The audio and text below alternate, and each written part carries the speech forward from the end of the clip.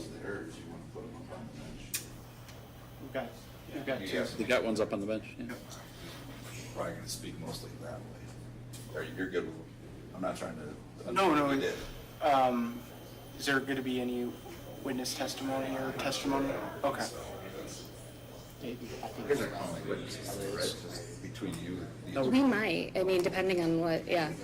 We're ready to if, If you see something pop up waiting room, I'll will come you let you kind of know. just yell at me? yep.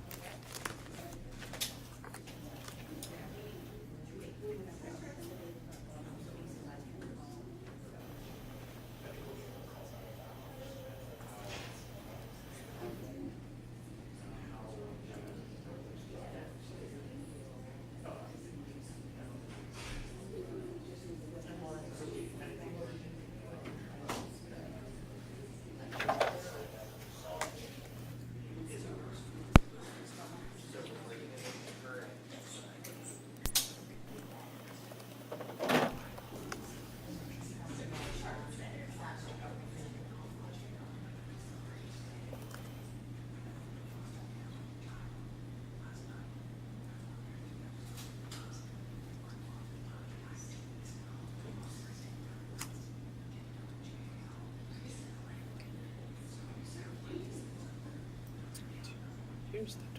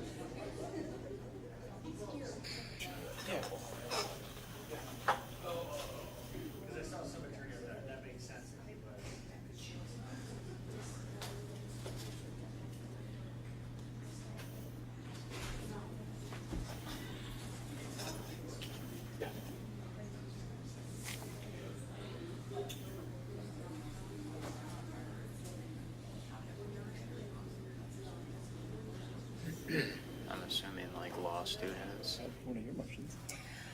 my best guess, to observe.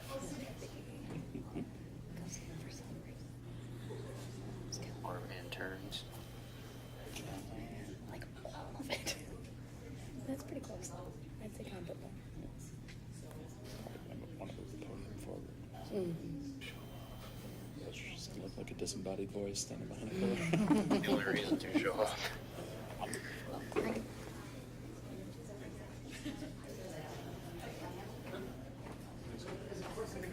I haven't seen Alright, we anything. move this forward. Yeah. Did they get she on that? No? No, I haven't seen anything. I don't think so.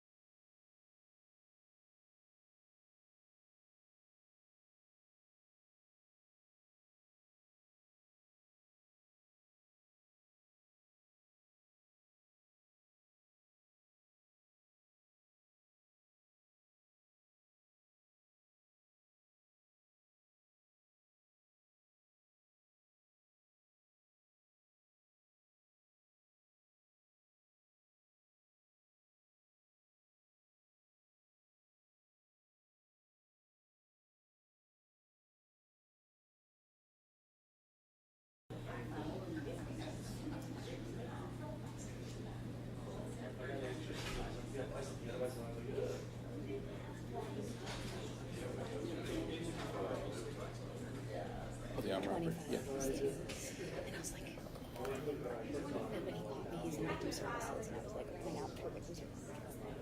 And he's like, I am. I was like, oh, it's actually my to-do list to do some of the trauma options. He's like, well, you don't have to do anything if you give me a deal. And I said, I don't want to. And it just felt so natural and organic in that moment. Yes. I did tell him later because then he came to my office. And I was like, you just threw that one up there. That one was just kind of fun.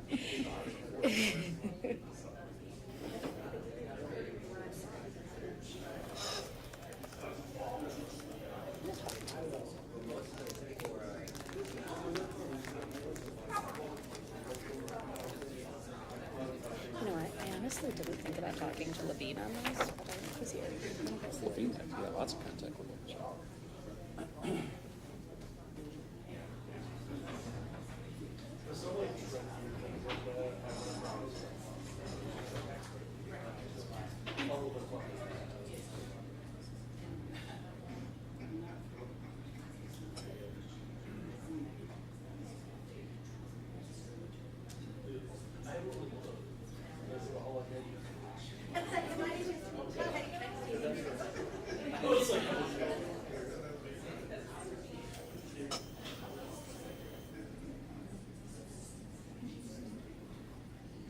Didn't put her on Zoom yet, apparently. So.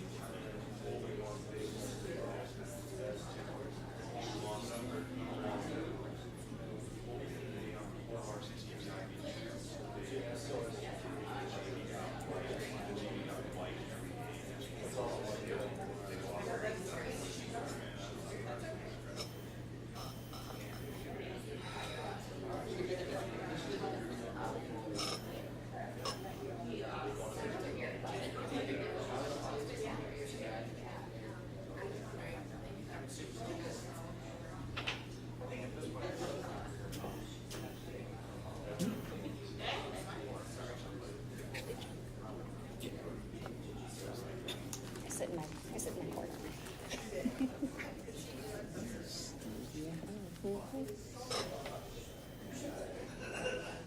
It's in the corner.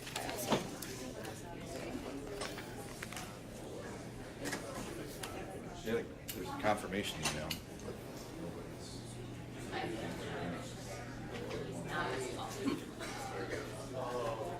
I'll wait on it. Said I'll wait.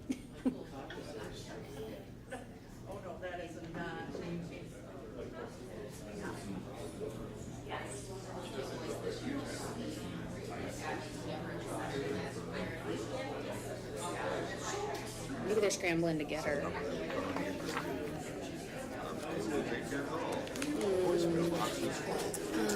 I could probably, I mean, DJ might have like He a could special probably- inside line where he could probably Kaczynski. get somebody.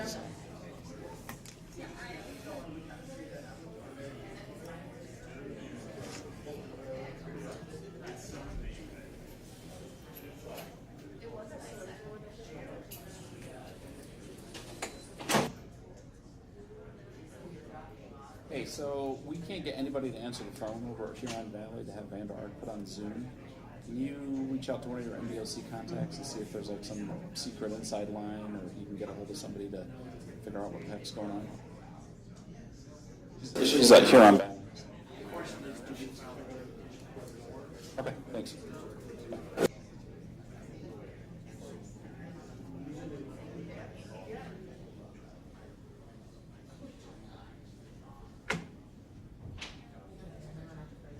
No, I just said DJ.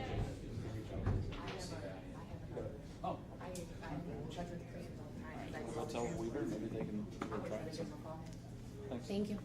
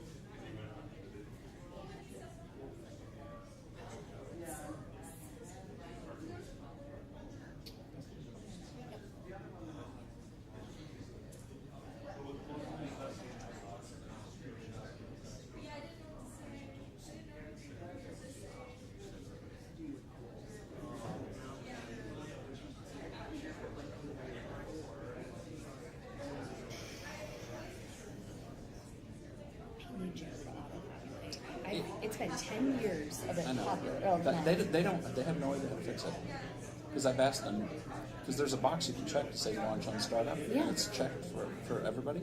And it does it like 1 out of 10 days. So Oh, it doesn't do it any of my time. every once in a while it does it for me. It opens automatically. But they don't know how to fix it. So I've asked them, I'm like, guys, how come, I mean, this is like a key function for us. What the hell? And they're like, no, we can't figure it out. So, Yeah, mine's checked too. yeah. Is it because it's VDI or something? It's something to do with whatever their latest update was that caused it to not work anymore. Because it used to open up. Yeah, it always did.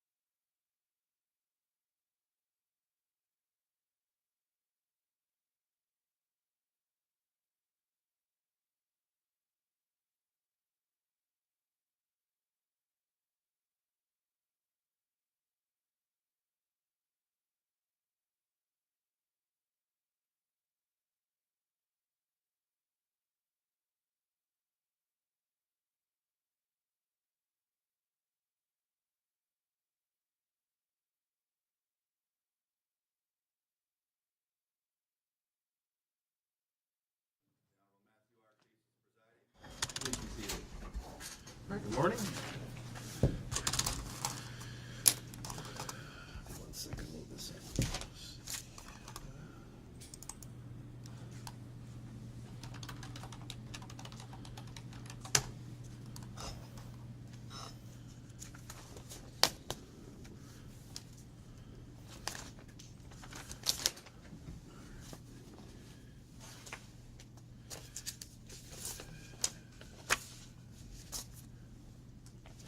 Okay. Before the court is file 23110FC. It's People of the State of Michigan versus Shanda Vander Ark. Are you Shanda Vander Ark? Yes. All right, Mr. Vander Ark, Miss Vander Ark, can you hear and understand me okay? Yes, I can. All right. Ms. Vander Ark, we had confirmed through your counsel that you wish to appear at this hearing via Zoom today. Is that still your desire? For this hearing. For this hearing. Okay. All right. Mr. Ambrose is here on behalf of the defendant, Ms. Vander Ark. Mr. Roberts, as well as Ms. Bloomquist, is here on behalf of the people of the state of Michigan. Date and time scheduled for a hearing on plaintiff's motion for a new trial or evidentiary hearing. Or excuse me, defendant appellant's motion for a new trial or evidentiary hearing. The court has read the motion, the attached brief, as well as the plaintiff's response and brief in opposition to that evidentiary hearing, including the attachments. Was there anything else that was submitted, either Mr. Ambrose or Ms. Bloomquist, that I don't have at this time? I have not submitted anything. Okay, Ms. Bloomquist? No, Your Honor. Okay, Mr. Ambrose, at this point in time, you want to just make some argument? You can call witnesses. I'll leave it to you at this point. The testimony is going to be taken. I would prefer that I have my client with me in person. That's our preference in this type of setting. Typically, on a motion like this, if the court grants any type of evidentiary hearing, that would be great. And then we could have Ms. Vander Ark in person with us. Okay. But other than that, I did write a pretty detailed brief in this case, raising two primary issues.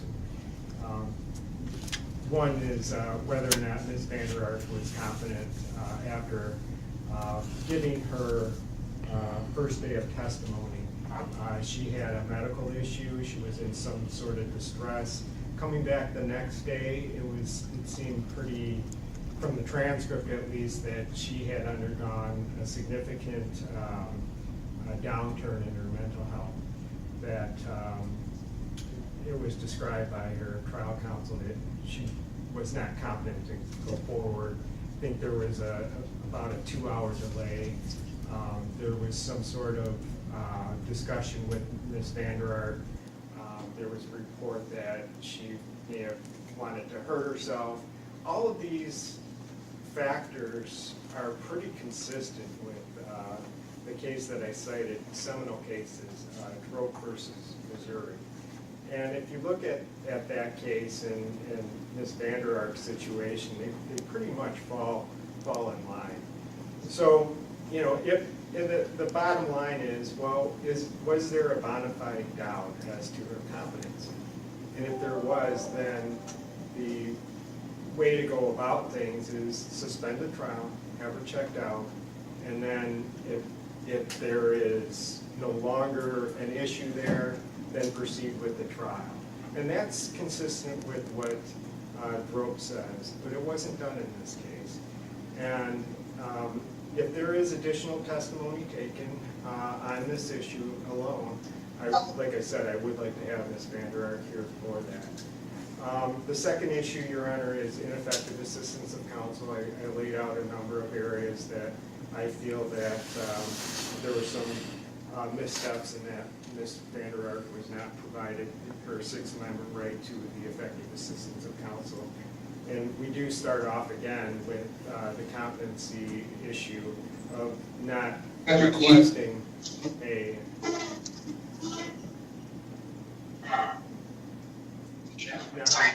her to be evaluated. And so that was one issue. Another issue that we raised is Ms. Vander Ark testified at the time of trial. She's always remained consistent about her innocence. And trial counsel, during his closing argument, made a statement to the jury that she was guilty of manslaughter. Well, my client never consented to that type of argument, never consented to a lesser included offense. So that's a second issue that we have raised, and is ineffective assistance of counsel. I've made a number of other areas that we felt that trial counsel was ineffective, and one was on the death certificate. The first thing that is noted is dehydration. And in this case, there was many allegations about Ms. Vander Ark restricting food to her son. But there was never any type of allegation about restrictions of water or liquids or fluids. And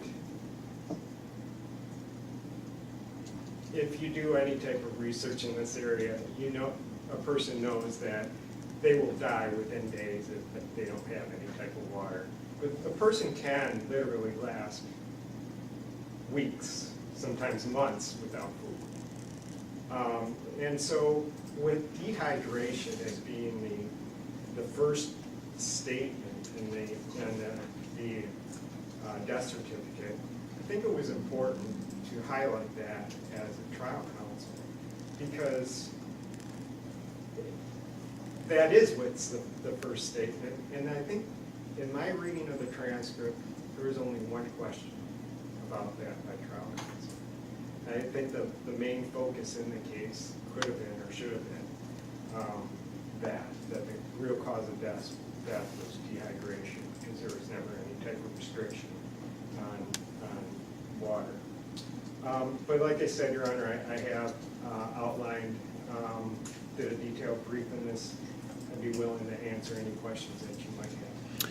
All right, real briefly, I just want to make sure that the court understands the argument regarding the competency.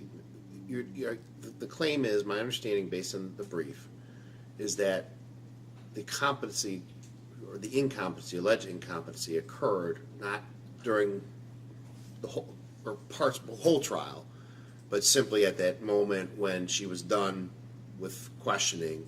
At the end of the day, I think it was on the 14th. I think it was Thursday. Is that correct? That is correct. So there's no allegation that she was incompetent at any other point during the trial except for the moment she was done questioning. The court, I think, was going to break for the day or something like that, correct? That's the pivotal portion of the case. Okay. You know, because she goes through, and granted, prosecutor did his job. I mean, he was tough on her, and that's his job, and I can appreciate it. But it had, a significant impact. Apparently, my understanding is that she was pretty much paralyzed, and couldn't move, and couldn't function the following day. Okay, all right. That's all the questions I have at this Thank point. you. So, yep, thank you. Ms. Bloomquist.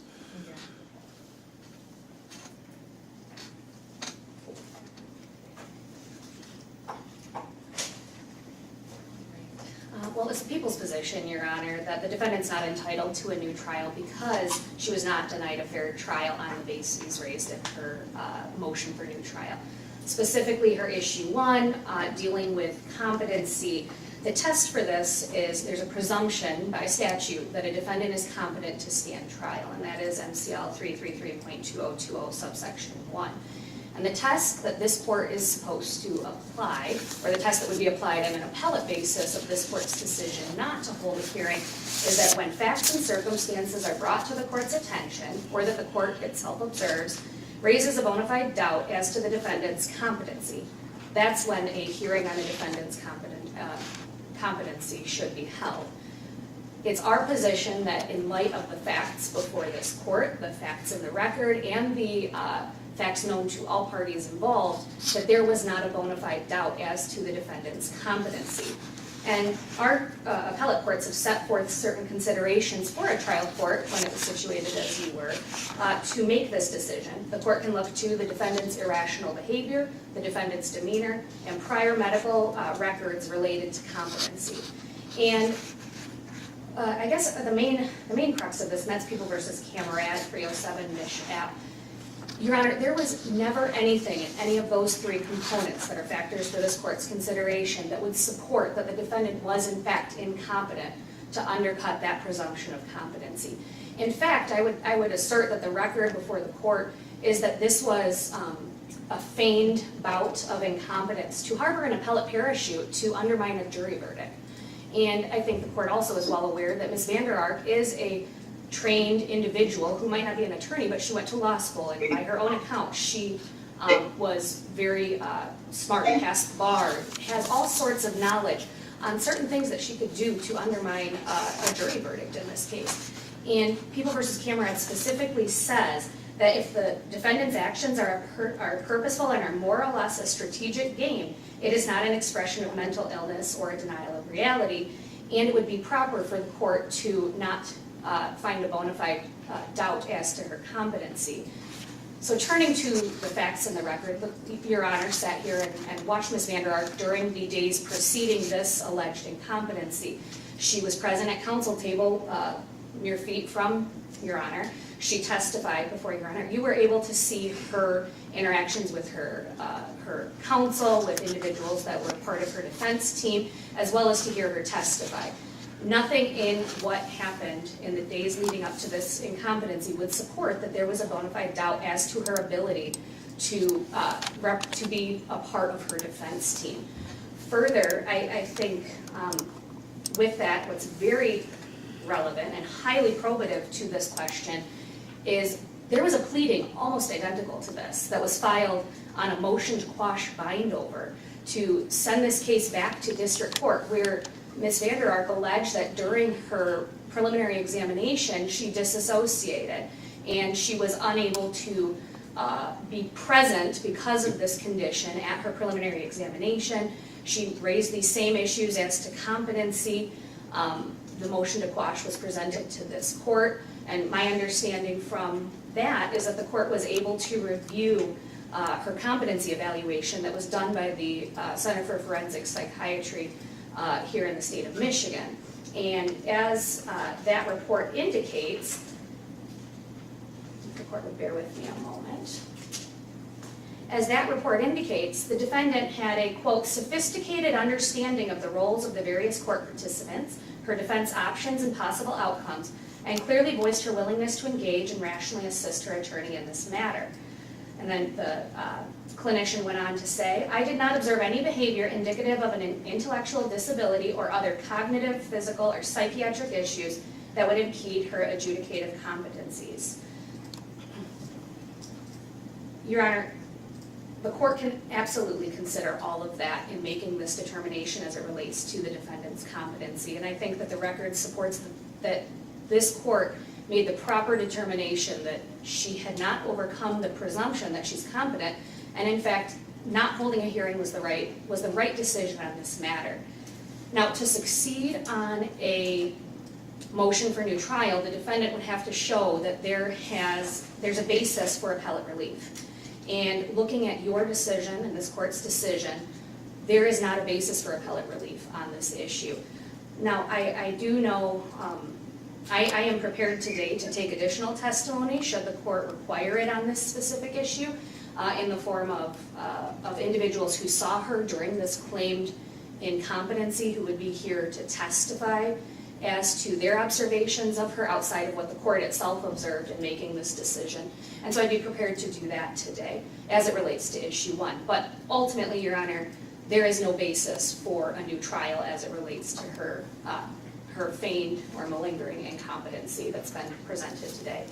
Turning to issue two, as the court's well aware, the burden's on the defendant to prove that she was denied the effective assistance of counsel. And that burden's twofold. First, she has to show that there was deficient performance, and she has to show prejudice. And I'm going to be a little bit out of order here, Your Honor, because she has to prove both. She has to prove both prongs.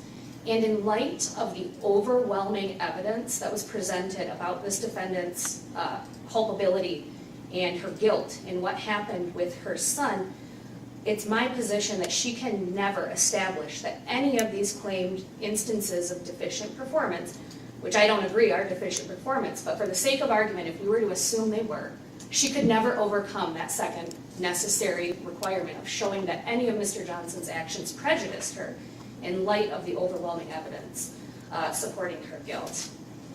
And I do have all of my responses to the prong one as it relates to those, as it relates to the individual claims of deficient performance. But Your Honor, I don't believe that the defendant can ever meet that Strickland standard and show that she was denied the effective assistance of counsel. I would note, however, like I said, for issue one, I do have Mr. Johnson here, who, as well as another individual from his office, who would be willing and able to testify if the court were to order a Ginther hearing.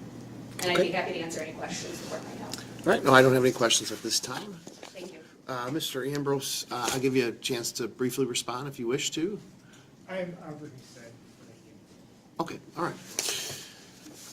All right, well, as indicated by both attorneys, the court always starts with a presumption, that's under MCL 330.2020, that a defendant of criminal charge is presumed to be competent to stand trial. That statute indicates he shall be determined incompetent to stand trial only if he is incapable because of his mental condition of understanding the nature and object of the proceedings against him, of assisting in his defense in a rational manner.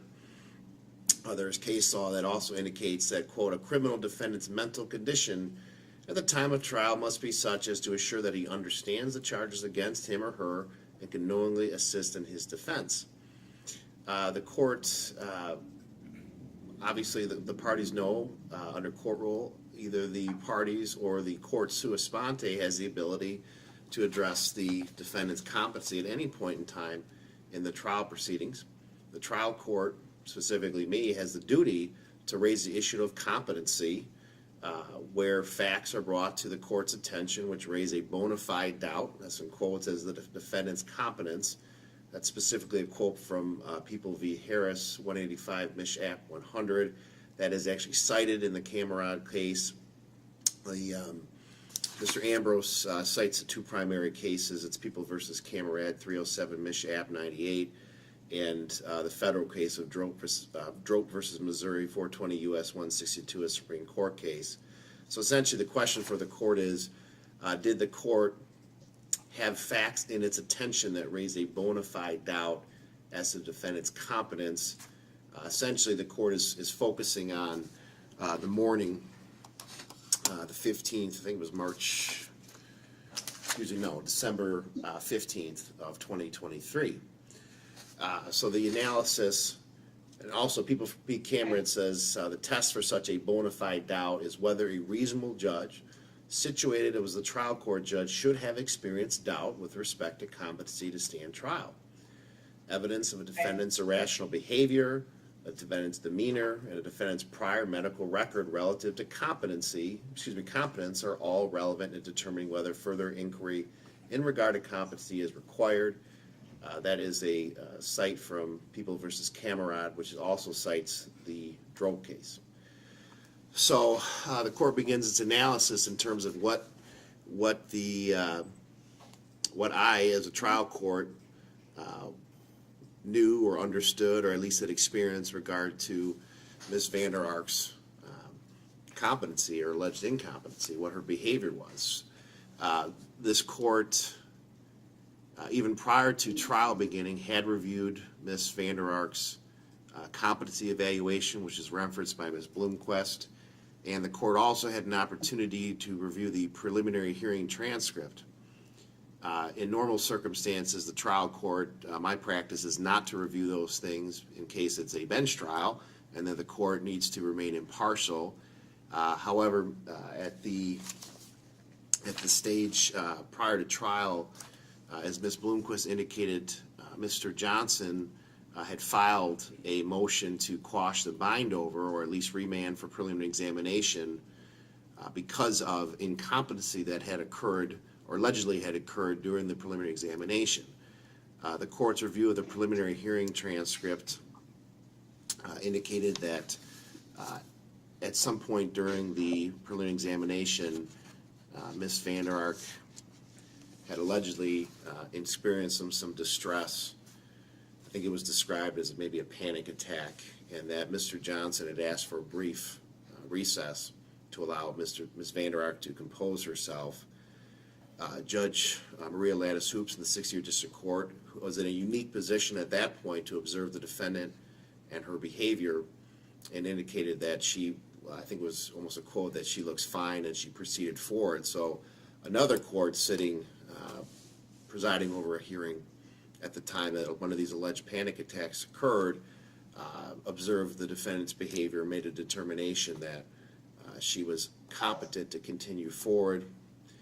I think it's also important to note the panic attack that occurred in district court occurred not randomly, but after her co-defendant, Paul Ferguson, took the stand, which is seems to be rather convenient. But again, the court also looks to the judgment of the district court, who had a chance to observe this panic attack, and made a determination that they would move forward. The competency report gives no indication that Ms. Vander Ark was incompetent. Just for purposes of the record, the competency report was dated November 16th of 2022. The preliminary hearing actually occurred on January 4th of 2023, and that the competency evaluation indicates in several instances that she was competent. Specifically, there's this is page 3, a quote from the competency report that says, during the interview, Ms. Vander Ark was alert and oriented to place, person, and context. She demonstrated an ability to retain and mentally manipulate verbal information, to remember multiple items after several minutes, and displayed a sound reality testing and good judgment with regard to hypothetical situations. Ms. Vander Ark's memory was good with respect to ability to recall relevant details of her background, history, and activities around the time surrounding the alleged instant offense. Her cognitive abilities are estimated to be at least within average range, as evidenced by her education and performance with respect to above-listed capacities. This estimate is supported by her self-reported academic and employment history, as well as her conversation style, vocabulary, and ability to reason throughout this interview, end quote. Later on, there's a list in this report of her understanding of the nature and object of proceedings against her.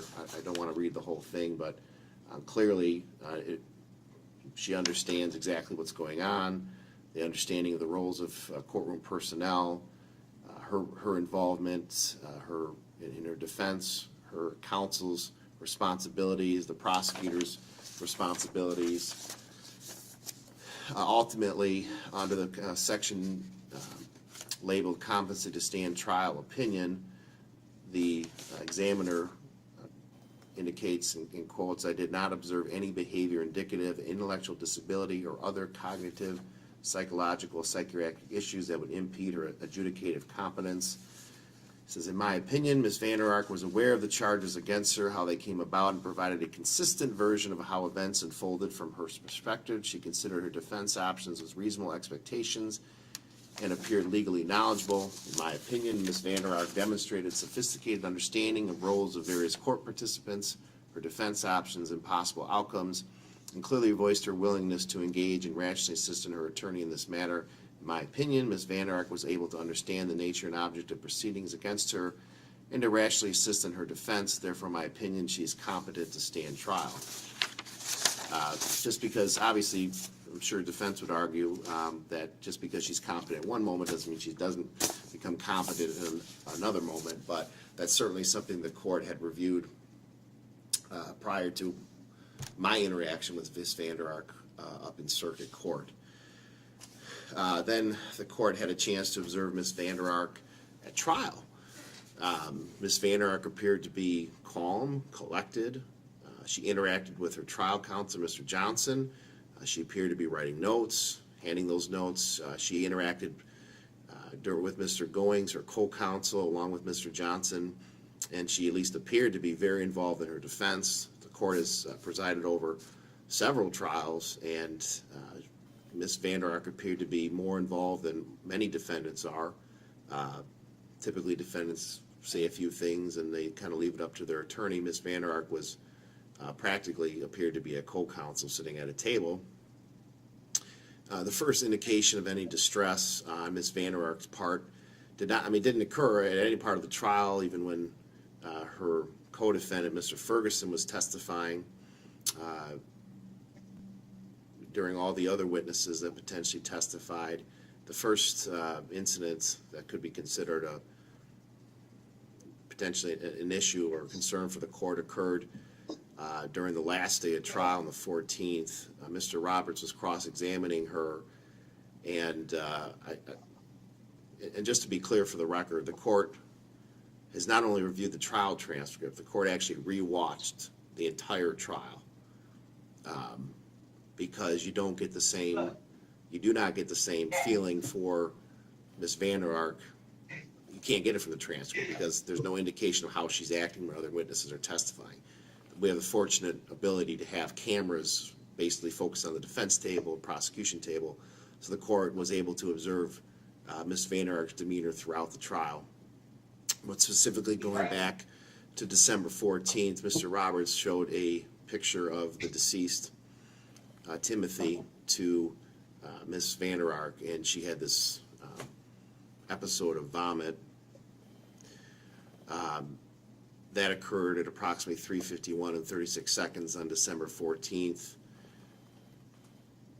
Everything calmed down, even apparently after that, and we resumed testimony only 10 minutes later. So being confronted with, even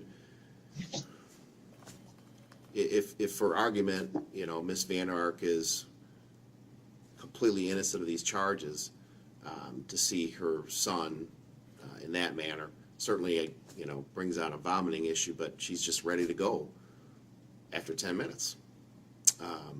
Completely fine. And then Mr. Roberts continues to cross-examine her until 4:48 and 11 seconds. Mr. Johnson then does redirect until 4:51, and Mr. Roberts again recrosses her until 4:52. And during that whole period of time, again, she appears to be calm, cool, collected. She doesn't appear to be crying, and appears fine, doesn't appear to be suffering for any mental distress. And then 8 minutes later, as the court is discussing jury questions with the attorneys in a sidebar, there's a mental distress 8 minutes after any questioning is concluded. So that was what the court had a chance to observe that date. The court didn't receive any information from the jail staff or counsel or anybody that she was suffering any distress. After that, the court broke for the day and then resumed in the morning on the 15th. At that point in time, the court was going to start at 9 a.m. And Mr. Johnson indicated to the court, I think it was in chambers with Mr. Roberts present, that they were having some issues with Ms. Vander Ark's ability to come to court. It's unfortunate that these things were not placed on the record, but not specifically remembering everything, but the impression for the court was that Ms. Vander Ark was suffering some mental distress, was upset, was crying, but it was never brought to the court's attention that she could be incompetent. Now, I did have a chance to review the transcript. Mr. Johnson refers to the competency of his client. And in the context of everything that's going on, the court finds that not to be an expression of competency to stand trial, but competency in terms of her mental health is such that she's in a upset state. There was no other indication that potentially Ms. Vander Ark was incompetent to stand trial. The court waited 2 hours. It was then discussed with the court that she was going to waive her right to appear in person. And the court obtained a written waiver from Ms. Vander Ark, indicating that she did not wish to appear. The argument being made at the time now is that Ms. Vander Ark, at least according to her affidavit that was attached to the brief filed by her counsel, was that she does not recall signing that. And, throughout the trial, Ms. Vander Ark claimed lapses of memory, but it was clear to this court that those lapses of memory were self-serving, and that her ability not to remember things occurred during periods that she could be either criminally culpable, or at least the things that she had said would hurt her defense. So her allegation now that she does not remember that is rather convenient, that the one component that she does not remember when she was in the jail was signing a waiver to appear. Her affidavit indicates that she was aware of other things that morning, but she's not aware of that. So based on all that, what the court had an opportunity to observe, I will indicate this. Mr. Ambrose indicated that these facts are like Drope. The Drope case involved a report from a psychiatrist that was given to the court regarding the client's mental health status, and which raised a doubt that the psychiatrist had recommended that the defendant in that case undergo a mental health evaluation or competency evaluation. We don't have that here. We don't have a psychiatrist that gave a report. Defense counsel didn't give a report to the court or say there's a concern, or we got a report from somebody indicating that she needs to be undergo a competency evaluation. We don't have that here. What we have is the court's observations. A lot of these panic attacks seem to occur in moments where there could be some critical or really prejudicial information that potentially is coming in at the time of trial or prelim. They don't seem to be random. They seem to be calculated. So the court, based on all those things the court had observed, the question for the court is whether the information for this court raised a bona fide doubt as to her competency, or that she should be undergo a competency evaluation. And the court says that my ruling is that a reasonable judge sitting as what I was looking at would not have a bona fide doubt, that it was, at least according to this court, was clear that she was competent. Now, was she suffering some distress? Yes.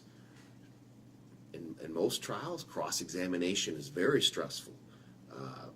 Mr. Robertson is a seasoned trial attorney.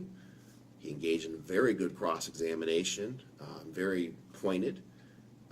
That is upsetting to most witnesses.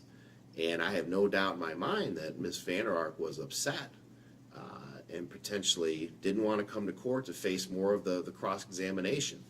But there's nothing that was before this court at that time that raised a bona fide doubt as to her competency to this court. Now, as to the issue of actual competency, whether or not she was competent, again, there's two standards. One, should the court have held a competency hearing? That's based on whether or not the court had a bona fide doubt as to her competency. So the court finds that it did not have a bona fide doubt as to her competency. The fact that the question is, was she competent? Again, there's the hearing, and then there's whether or not she was competent. Now, Mr. Ambrose, in chambers, we talked about potentially taking testimony as to Mr. Johnson's observations of Ms. Vander Ark, as well as any other caseworkers that met with her. This court finds that I have enough information in front of me to make a ruling today. However, I will reserve the opportunity for Mr. Ambrose to call witnesses, or the prosecution to call those witnesses. But I am going to make a ruling on that issue today without prejudice, so the court can hear additional testimony. Mr. Ambrose has requested that if that testimony occurs, that he would like his client here. I don't have an objection to that. Having previous history as a defense attorney, the advantages of having your client right next to you during cross-examination or during examination are incredibly important. So he said, if we're going to have testimony today, and I think his client has expressed that she would like to be here, I don't have any objection to that occurring, and so likely that will leave us in a position where we'll have to have a hearing at a later date where Ms. Vander Ark will be present. However, in terms of the court's finding of competency, Ms. Vander Ark attached an affidavit to the brief filed by her attorney.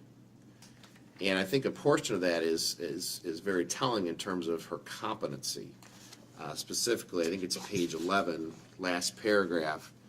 She indicates, I testified for around 5 hours on the Thursday of trial, was supposed to finish my testimony on Friday, including some very important questions that I wanted Mr. Johnson to ask me before I finished testifying. However, I had a severe mental breakdown on Friday morning. I had several panic attacks and was completely paralyzed, unable to even make it to the elevator to go to court. I curled up into a ball and was barely able to communicate. During this time, I specifically asked Mr. Johnson to postpone the trial until I was able to participate. When I asked this, he said there was no point in delaying anything. He stated that they could continue without me. I never agreed to waive being in court for the rest of the trial. If there is a document with my signature on it, I do not recall signing it. Further, I was in no condition to agree to proceed without my presence. The standard for competency to stand trial is different than potentially just being unable to move or being unable to talk. What competency is essentially is, do you understand the object of the nature of the proceedings against you, and do you have the ability to assist in your defense in a rational manner? Ms. Vander Ark is indicating in this affidavit indicating that she knew there was trial going on that day. She also indicates she had very important questions that she wanted Mr. Johnson to ask. She understands that Mr. Johnson's his attorney, that he asks questions. She's apparently of enough sound mind to form important questions for him to ask. She also understands that, that she asked to delay the trial. So she's aware there's a trial going on. So, looking at those things, when you go to the competency element, again, it shows the court that she has an understanding of her attorney, the prosecutor, the trial, those things that are going on, but she wanted to proceed with her presence. The court is not held slave to somebody's being upset that they don't want to go to court. The test is competency to stand trial. Are you competent to stand trial? Not that, well, I'm crying and I'm just really panicked and I'm in, that's not the standard for the court. Now, the courts give a lot of discretion to allow a defendant time to calm down or witnesses to calm down to see if they can proceed. This court allowed Ms. Vander Ark 2 hours in the morning. And it was then made, and quite frankly, there was no threat to Mr. Johnson, or not what should say threat, but there was no indication that, well, Mr. Johnson, we got to get rolling right now. We got to go. It was Mr. Johnson, her counsel, that said she wants to waive her appearance here and wants to go forward with me representing. And based on the court's finding that she was competent at that time, her appearance, her lack of appearance was voluntary. She voluntarily did not want to appear, and that's evidenced by her written waiver. And again, she's saying, I don't remember that. Court finds that to be self-serving. She doesn't remember something that could hurt her defense legally. There's specifically People v. Swan 394, Mich 451 indicates, quote, a defendant's voluntary absence from the courtroom after trial has begun waives his right to be present and does not preclude the trial judge from proceeding with the trial to conclusion. There is, at least in the court's estimation, there was a valid waiver signed by a competent, legally competent person. That was the court's, that's the defendant's voluntary absence. She chose not to be here. The court proceeded without her. Even in absence of a waiver, the test for determining whether a defendant's absence from a part of trial requires reversal of his or her conviction is whether there is any reasonable possibility of prejudice. So the other question is, even if Ms. Vander Ark had not waived her right to be there, and even if she potentially, I don't want to say incompetent, but the fact that she was not there, the court looks at the prejudice component. The trial was concluded. The only thing left was jury questions and closing argument, deliberations. That was it. And so based on that, the court finds the possibility of prejudice was minimal. The court explained the absence of the defendant to the jury, said that she was suffering from some medical distress. She wasn't an order for her not to appear, she didn't do anything wrong, essentially, but she was not going to be here. And so the court finds that there was no prejudice to her not being here. Now, the other interesting thing that the court last night reviewed the video again, there was this question of, well, there was questions that want to be posed to her. The traditional examination stage is essentially direct examination, cross-examination, redirect, recross. That all had occurred, and it went back to redirect after Mr. Roberts had recrossed, and Mr. Johnson essentially said, we're done with our questions. The only thing that was left was jury questions. Jury questions are in the discretion of the trial court. There is no right by a defendant to have a jury question or offer her questions. So essentially, the component that was, even if she is not here, the component that she gave up was presence for jury questions, which may or may not have been admissible, may or may not have even been able to have been asked her, and it's something that was not a right of the defendant to have a jury ask her questions. All the things that typically come into a trial occurred, and the defense was done asking her questions. So there is no guarantee at all that she would have been asked any more questions whatsoever, and she didn't have a right to have those questions posed to her, although it was the practice of the court. So all those things, the court is finding that she was competent. It does not warrant a new trial in this case. There was no bona fide doubt that she was not competent to stand trial the morning of. So with the reservation that I've already made in terms of additional testimony from Mr. Johnson or another caseworker which needs to be called, at this point in time, the court is making the ruling that the motion for a new trial based on incompetency is denied. In regards to the basis for relief off of ineffective assistance of counsel, Mr. Ambrose does raise some, I think, are legitimate issues regarding defense strategy. Both parties know that many of these decisions not to call witnesses or not to question about certain things or not to raise certain defenses are a matter of trial strategy. However, the court feels that that record needs to be developed more with Mr. Johnson, Ms. Vander Ark's trial counsel. In particular, of concern to the court is the allegation that Ms. Vander Ark did not authorize Mr. Johnson to essentially concede guilt to voluntary manslaughter. That is a pretty significant issue, which many times leads to reversal and a new trial.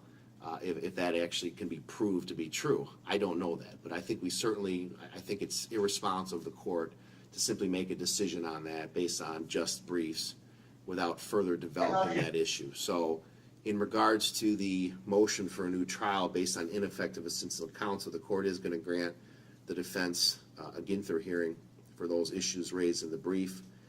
That will not occur today. As I indicated, Mr. Ambrose would like his client here for questioning, and I think that is a reasonable request based on this motion. So the court will set that for a further evidentiary hearing at a later date. Mr. Ambrose, anything clarification from the court that you'd like, or any issues that you have for the court at this time? Just one thing, and I put in my brief that I never did receive that waiver. And if I can just put the written waiver on the record of what was signed by my client. Yeah, that's fine, that's fine. It says, I, Shanda Vander Ark, defendant, agree to waive my right to be in the courtroom during the trial of Timothy Ferguson. I mean, and that's dated December 15th, 2023. So it seems somewhat, and I just received this today. Because in my review of the court file.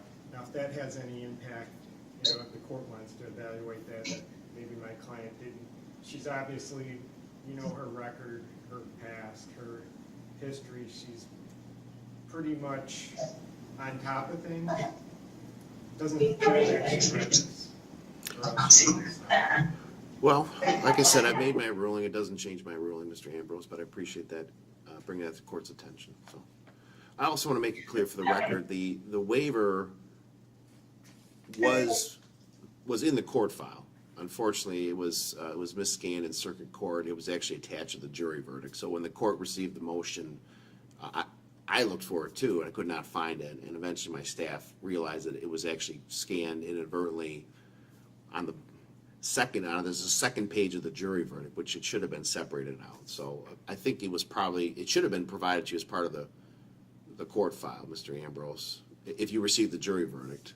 But I don't know. Like I said, it may or may not have been in the material, but if you asked for the record, it should have been in there because it was a digital copy, but I won't hold you to it.